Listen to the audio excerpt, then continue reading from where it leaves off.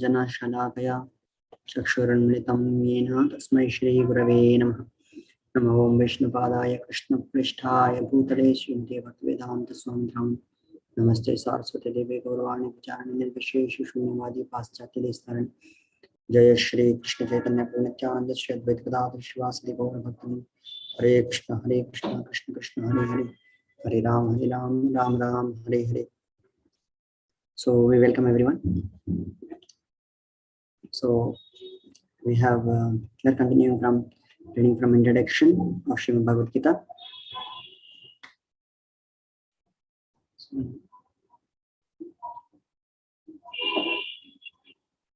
I'll share a screen. Last time we were reading from here. Introduction. We have to start from this paragraph. Starts from this world. In this world, men are not meant for quarreling like cats and dogs. Men must be intelligent to realize the importance of human life and refuse to act like an ordinary animal.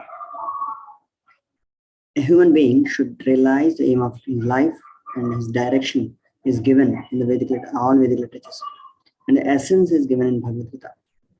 Vedic literature is meant for the human beings, not for animals. Animals can kill other living animals, and there is no question of sin on their part. But if a man kills an animal for satisfaction and uncontrolled taste, he must be responsible for breaking the laws of nature.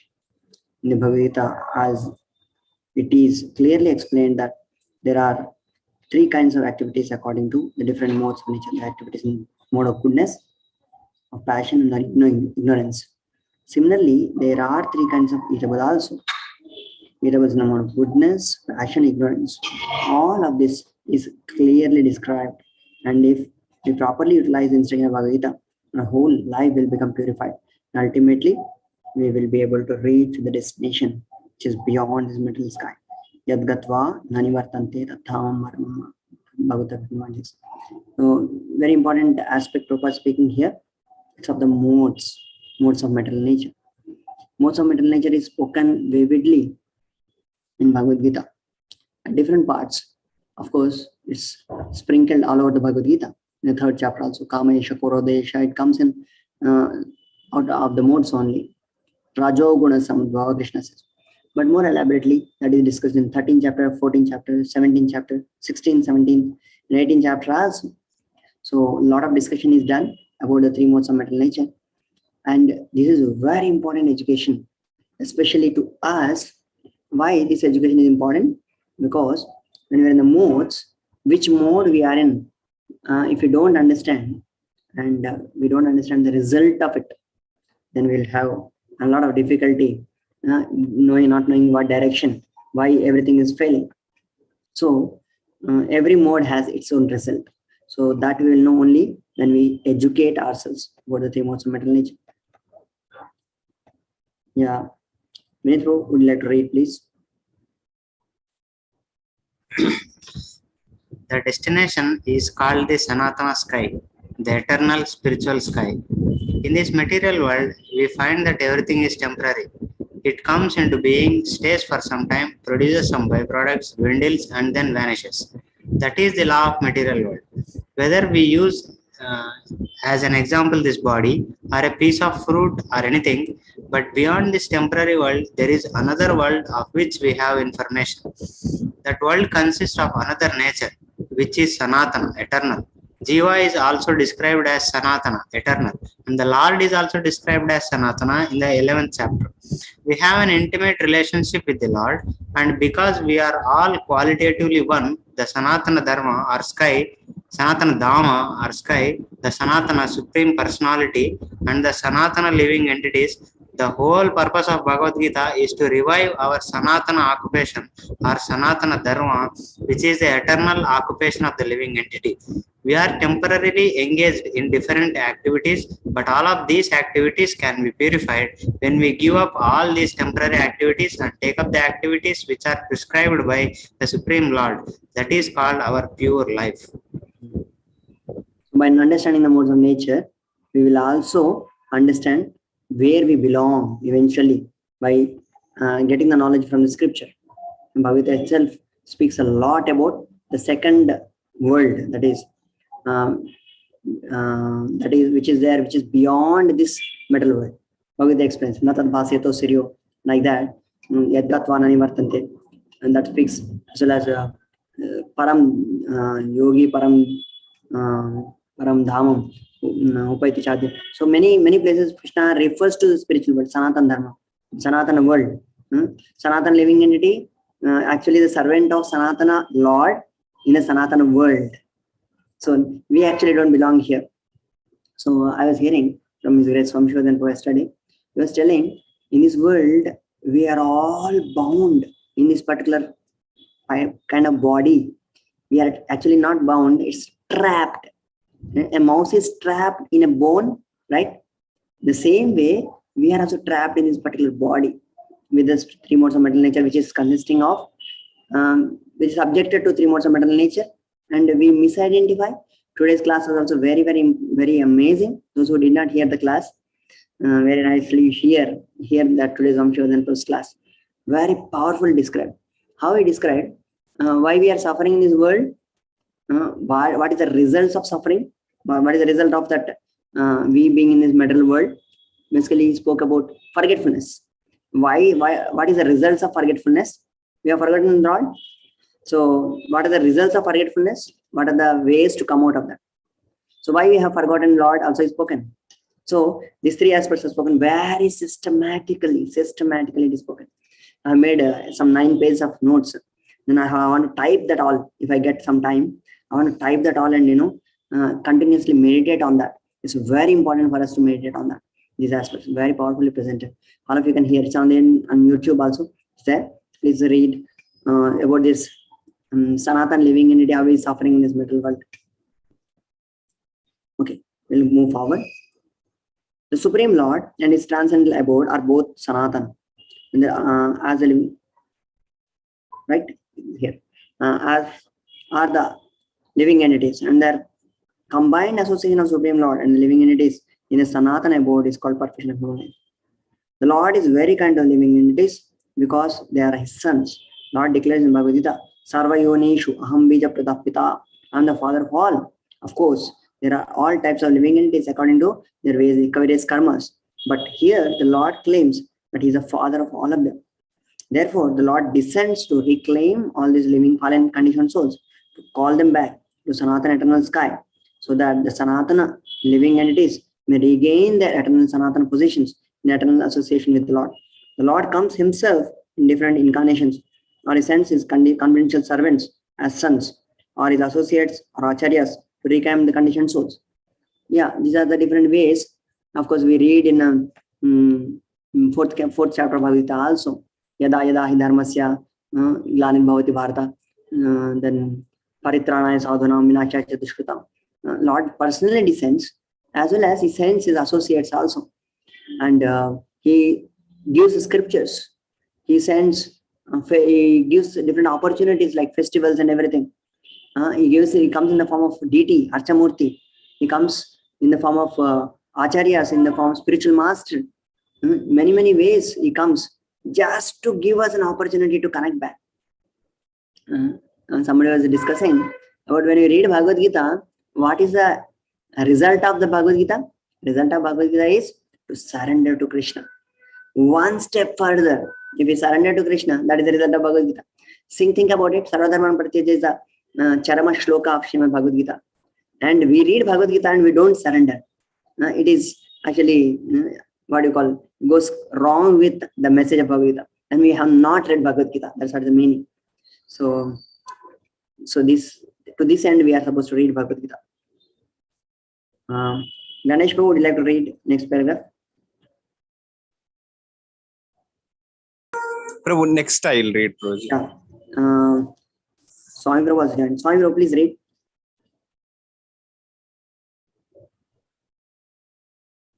Therefore, Sanadharma does not refer to any sectarian process of religion. It is the eternal function of the eternal living entities in relationship with the eternal Supreme.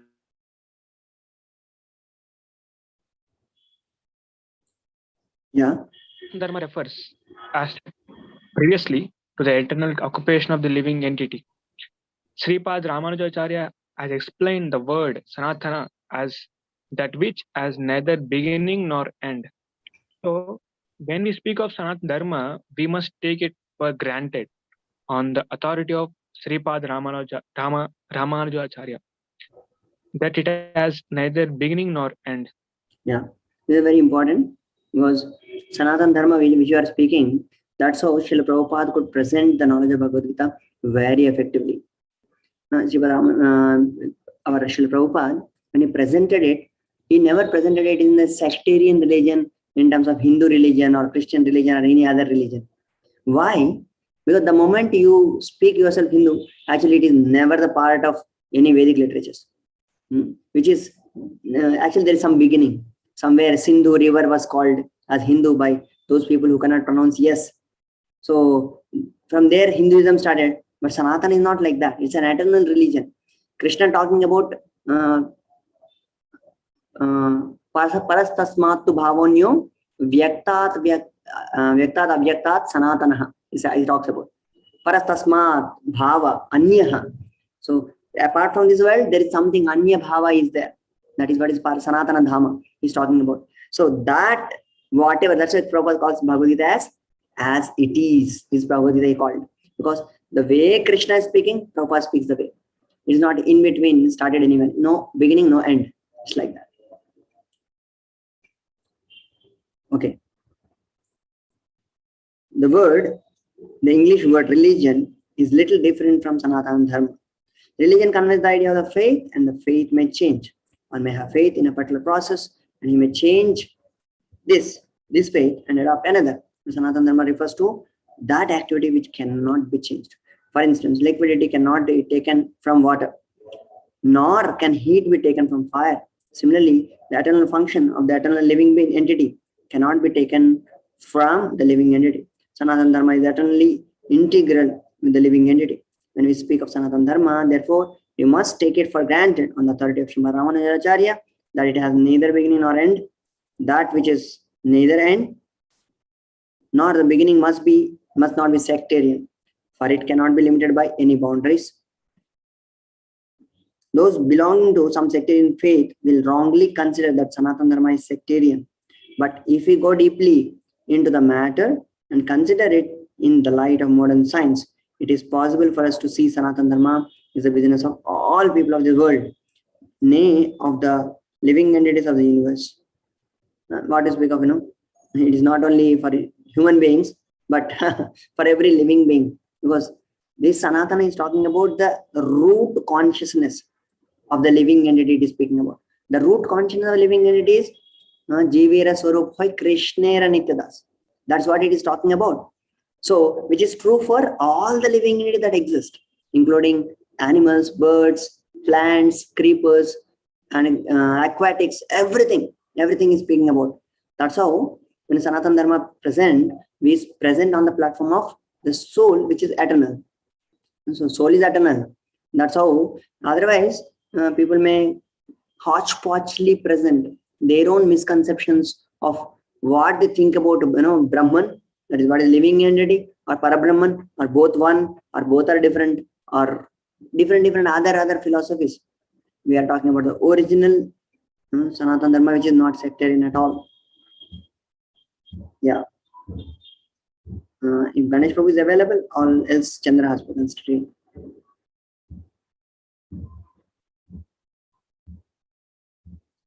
Yeah, maybe Chandra Prabhu, can you please read?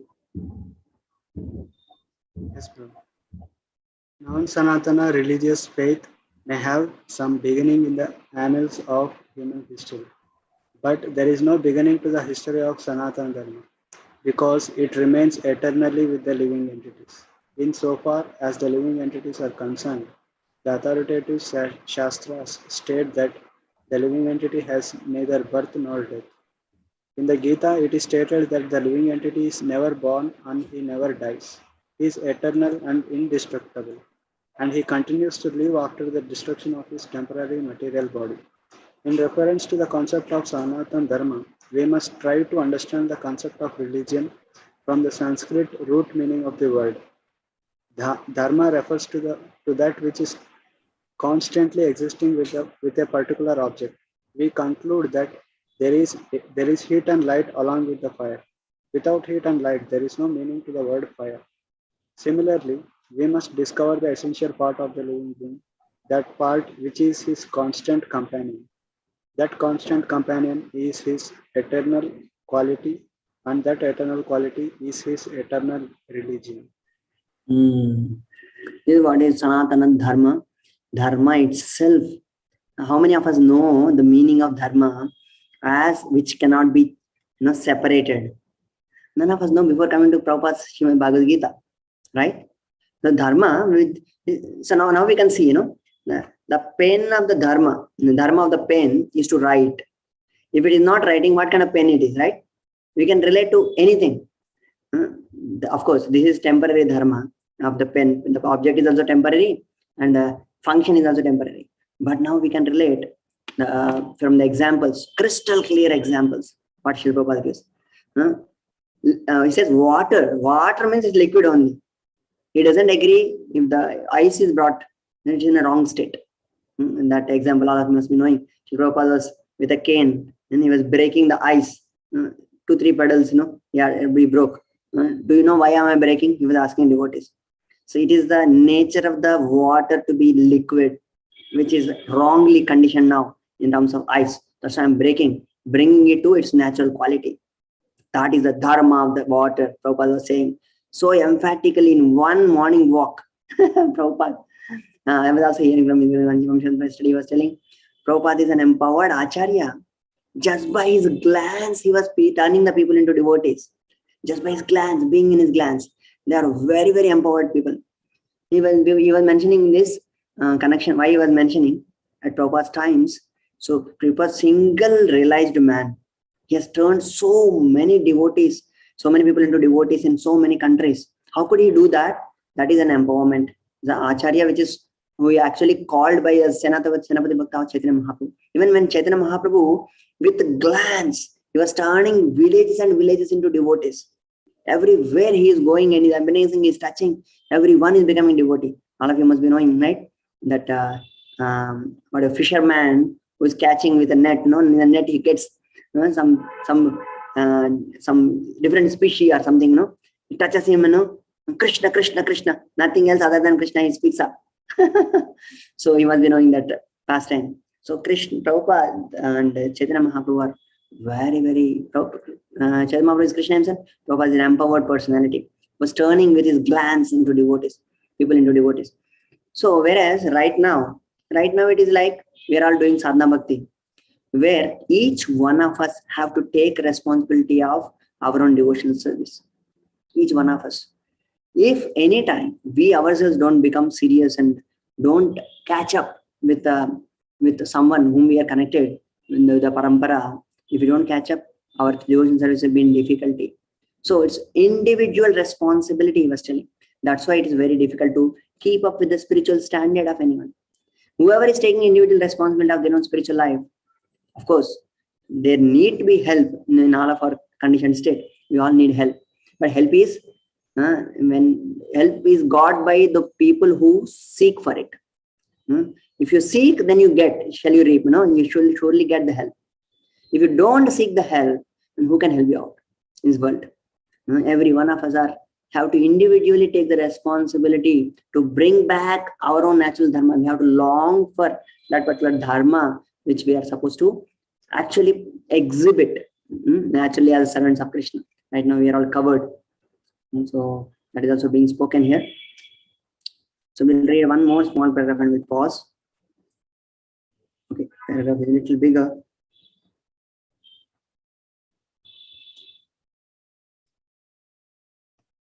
Yeah, and Sanatana Goswami, who is going to read.